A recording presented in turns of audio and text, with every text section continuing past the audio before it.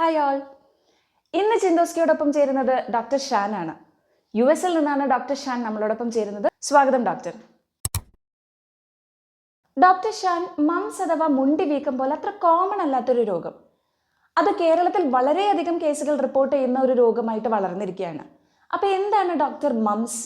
Moms എന്ന് പറയുന്നത് ഒരു വൈറസ് ഇൻഫെക്ഷൻ ആണ്. മംസ് വൈറസ് പാരോമിക്സോ വൈറസ് എന്ന് പറയുന്ന ഫാമിലിയിലെ ഒരു വൈറസ് ആണ്. മംസ് ഇൻഫെക്ഷനിൽ ഒരുപാട് വിവിധ തരം ലക്ഷണങ്ങൾ കാണാം. പനി, ചുമ, തലവേദന. പ്രത്യേകമായിട്ട് എടുത്തു പറയുകയാണെങ്കിൽ നമ്മുടെ സലൈവറി ഗ്ലാൻസ് ബാധിക്കാം. പ്രത്യേകിച്ച് പെരോട്ടിഡ് ഗ്ലാൻസ്, നമ്മുടെ മുഖത്തിന്റെ രണ്ട് വശത്തുള്ള പെരോട്ടിഡ് ഗ്ലാൻസിനെ ഇത് ബാധിക്കാം. ഇപ്പോൾ ഇത്തരം ഇൻഫെക്ഷൻ വന്ന ആൾക്കാർക്ക് ഇത്തരം സലൈവറി ഗ്ലാൻസിൽ വരുന്ന നീർക്കെട്ട് കാരണം മുഖത്ത് വീക്കം, വേദന, അധിക സമയം ഇതാണ് ഇതിന്റെ സിംറ്റംസ് എങ്കിലും ചില സാഹചര്യങ്ങളിൽ ഇത് കോംപ്ലിക്കേറ്റഡ് ആയിട്ടുള്ള കോഴ്സിലേക്കും പോകാം. കോംപ്ലിക്കേറ്റഡ് ആയിട്ടുള്ള മംസിൽ കാണുന്ന ഏറ്റവും പ്രധാനപ്പെട്ട ലക്ഷണങ്ങൾ ഒന്ന് ഓർക്കൈറ്റിസ്, പ്രത്യേകിച്ച് പുരുഷന്മാരിൽ ടെസ്റ്റിക്കിൾസിന് വരുന്ന ഇൻഫ്ലമേഷൻ. പിന്നെ മെനിഞ്ചൈറ്റിസ്, നമ്മുടെ ബ്രെയിനും സ്പൈനൽ കോഡിനും ചുറ്റുമുള്ള കവറിംഗ് ആണ് മെനിഞ്ചസ്. അതിന് നീർക്കെട്ട് വരുമ്പോഴാണ് മെനിഞ്ചൈറ്റിസ്. മൂന്നാമത്തേത് ചില സന്ദർഭങ്ങളിൽ കോംപ്ലിക്കേറ്റഡ് ആയിട്ടുള്ള മംസ് കേസസിൽ അത് കേൾവിയെയും ബാധിക്കാം. മംസ് എന്ന രോഗത്തിന് പൊതുവെ വാക്സിനേഷൻ ലഭ്യമാണല്ലോ.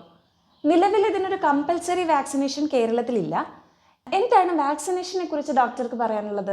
മംസ് രോഗത്തിനെതിരെയുള്ള വാക്സിൻ നമ്മൾ എടുക്കുന്നത് MMR വാക്സിൻ ആണ്. അതായത് മീസിൽസ്, മംസ്, റുബല്ല. ഇതൊരു കോമ്പിനേഷൻ വാക്സിൻ. അതാണ് വൈഡ്ലി അവൈലബിൾ. മംസിന് മാത്രം ടാർഗറ്റ് ചെയ്ത വാക്സിൻ അത്ര ഈസിലി അവൈലബിൾ അല്ല, അങ്ങനെ യൂസ് ചെയ്യാറുമില്ല. കാരണം ഈ കോമ്പിനേഷൻ വാക്സിൻ എടുക്കുന്നത് വഴി നമുക്ക് ഈ 3 രോഗങ്ങൾക്കെതിരെ പ്രതിരോധം ലഭിക്കുകയാണ്. MMR വാക്സിൻ ഈ പറഞ്ഞ പോലെ കമ്പൽസറി വാക്സിൻ അല്ല. സാധാരണ കുട്ടികളിൽ ഫസ്റ്റ് ഡോസ് 12 തൊട്ട് 15 മാസത്തിനിടയിലാണ് എടുക്കുന്നത്. എങ്ങനെയാണ് US പോലുള്ള രാജ്യങ്ങളിലെ വാക്സിനേഷൻ രീതികൾ?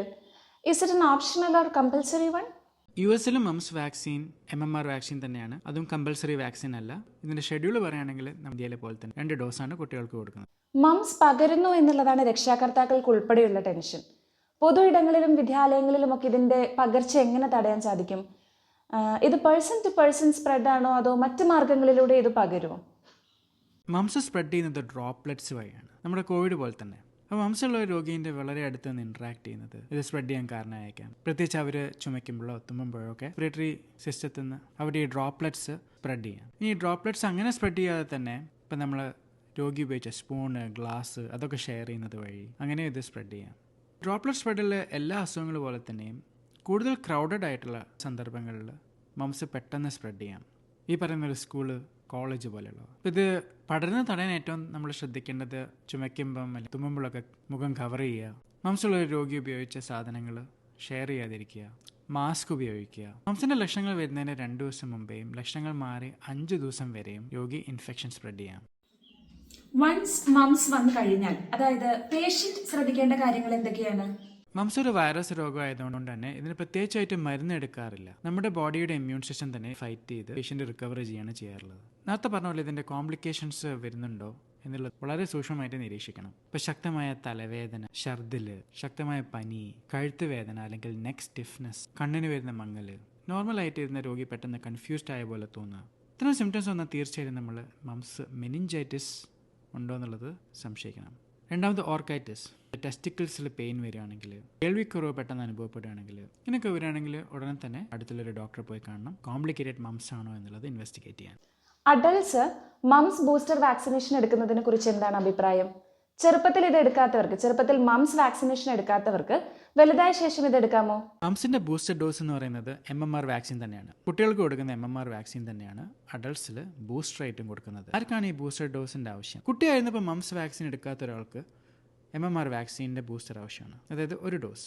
ഇനി മംസ് വാക്സിൻ എടുത്തിട്ടുണ്ട്, പക്ഷേ ഇവർ ഹെൽത്ത് കെയർ വർക്കറോ അല്ലെങ്കിൽ കോളേജിൽ ജോലി ചെയ്യുന്നതോ സ്കൂളിൽ വർക്ക് ചെയ്യുന്ന ഒരാളാണെങ്കിൽ മംസ് പെട്ടെന്ന് സ്പ്രെഡ് ചെയ്യാൻ സാഹചര്യമുള്ള സ്ഥലങ്ങൾ ഇതായതുകൊണ്ട് അത്തരം ആളുകളിലും ബൂസ്റ്റർ ഡോസ് കൺസിഡർ ചെയ്യാം. മൂന്നാമത്തത് മംസിൻ്റെ ഒരു ഔട്ട് ബ്രേക്ക് ഉണ്ടാകുമ്പോൾ, ഇപ്പം നമ്മളെ നാട്ടിലുള്ള പോലെ ഒരു ഔട്ട് ബ്രേക്ക് ഉണ്ടാകുമ്പോൾ ഒരു ബൂസ്റ്റർ ഡോസ് എടുക്കുന്നത് സഹായമായേക്കാം. കാരണം മംസിനെതിരെയുള്ള നമ്മുടെ പ്രതിരോധ ശക്തി അത് എൻഹാൻസ് ചെയ്യും. അപ്പോൾ ചോദിക്കാം, നമുക്ക് മംസിൻ്റെ വാക്സിൻ ടൈറ്റേഴ്സ് നോക്കിക്കൂടെ? അത് തീർച്ചയായിട്ടും ഒരു ഓപ്ഷനാണ്. നിങ്ങൾ വാക്സിൻ ടൈറ്റർ നോക്കി ടൈറ്റർ വളരെ നല്ലതാണെങ്കിൽ നിങ്ങൾക്ക് ബൂസ്റ്ററിൻ്റെ ആവശ്യമില്ല. പക്ഷേ ടൈറ്റർ കുറവാണെന്ന് വിചാരിക്കാം. ടൈറ്റർ കുറവായതുകൊണ്ട് മാത്രം മംസ് വാക്സിൻ മുമ്പെടുത്ത ഒരാൾക്ക് മംസിനെതിരെ പ്രതിരോധ ശക്തി ഇല്ല എന്ന് പറയാൻ പറ്റില്ല. അതിന് കാരണം നമ്മുടെ ബോഡിയിലുള്ള ഒരു പ്രത്യേക തരം സെൽസാണ് മെമ്മറി T സെൽസ്. വാക്സിൻ ടൈറ്റർ കുറവാണെങ്കിൽ കൂടിയും ഈ മെമ്മറി T സെൽസ് ഒരു ഇൻഫെക്ഷൻ വന്നു കഴിഞ്ഞാൽ നമ്മുടെ ഇമ്മ്യൂണിറ്റിയെ മംസിനെതിരെ പ്രതിരോധിക്കാൻ പ്രിപ്പയർ ചെയ്യും. അതുകൊണ്ട് ചില സമയത്ത് വാക്സിൻ ടൈറ്റർ നോക്കി മാത്രം ബൂസ്റ്റർ എടുക്കണോ വേണ്ടോ എന്നുള്ള ഡിസിഷൻ എടുക്കാത്തത്. അപ്പോൾ നിങ്ങൾ മംസ് വാക്സിൻ എടുക്കാത്ത ഒരാളാണെങ്കിൽ, നിങ്ങൾ തൊട്ടടുത്തൊരു മംസ് ഔട്ട് ബ്രേക്ക് ഉണ്ടെങ്കിൽ, നിങ്ങൾ കോളേജിലോ സ്കൂളിലോ ഹോസ്പിറ്റലിലോ വർക്ക് ചെയ്യുന്ന ഒരാളാണെങ്കിൽ തീർച്ചയായിട്ടും ഒരു ഡോക്ടറെ കണ്ട് നിങ്ങൾ MMR വാക്സിൻ ബൂസ്റ്റർ എടുക്കണോ എന്നുള്ളത് ഡിസ്കസ് ചെയ്യാം. MMR വാക്സിൻ എടുക്കുന്നതിന് മുമ്പ് ഒരു ഡോക്ടറായിട്ട് ഡിസ്കസ് ചെയ്യണമെന്ന് ഞാൻ പറയാൻ കാരണം MMR വാക്സിൻ ഒരു ലൈവ് വാക്സിനാണ്. അതായത് വീര്യം കുറഞ്ഞ വൈറസുകളാണ് ആ വാക്സിൻ്റെ ഉള്ളിലുള്ളത്. അപ്പോൾ ചില സന്ദർഭങ്ങളിൽ നമുക്ക് ഈ വാക്സിൻ കൊടുക്കാൻ പറ്റില്ല. ഇപ്പോൾ ഓൾറെഡി ഒരാളുടെ ഇമ്മ്യൂണിറ്റി വീക്ക് ആണെങ്കിൽ ചില സന്ദർഭങ്ങളിൽ നമുക്ക് ചിലപ്പോൾ MMR വാക്സിൻ കൊടുക്കാൻ പറ്റില്ല.